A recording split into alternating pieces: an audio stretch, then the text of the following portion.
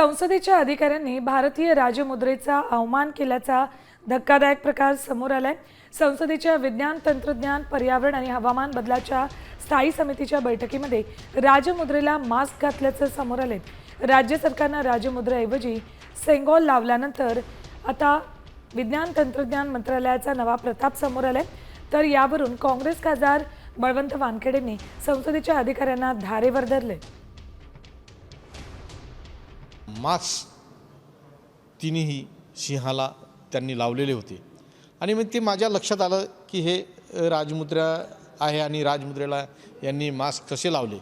तर मी अध्यक्ष महोदय आणि संबंधित अधिकाऱ्यांना त्यावेळेसच प्रश्न विचारला की हे बदमाशकी कोणाची आहे, हे का असं बदमाशपणा करतात की प्रदूषण आणि राजमुद्रेच्या सिंहाला जे काही मास्क लावला त्या मास्कचा काय संबंध। तर त्यांनी चुकी झाली, आम्ही केलं नाही, असं नाही झालं, तसं नाही, असे उडवाउडीची उत्तरं दिले।